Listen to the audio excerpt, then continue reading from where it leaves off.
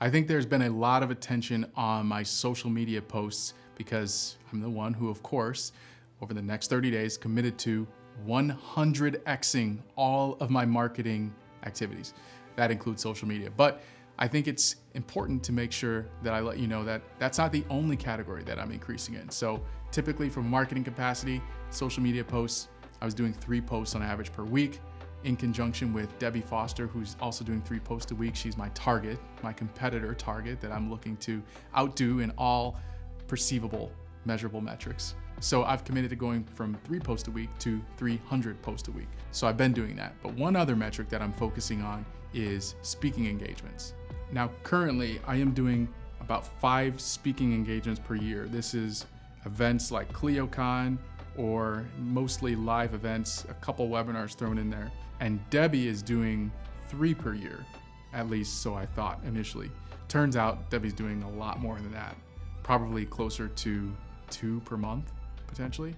So when Debbie and I do meet, I'm gonna make sure to ask her that question.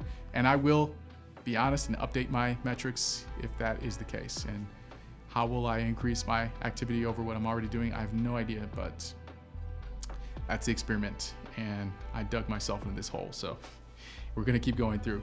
So right now, my current target for speaking engagements is 9.6 per week, which is 100xing my current, which is 5 per year. So that equals 38 speaking engagements over the next month. So how am I going to get on 38 stages or webinars in the next 30 days?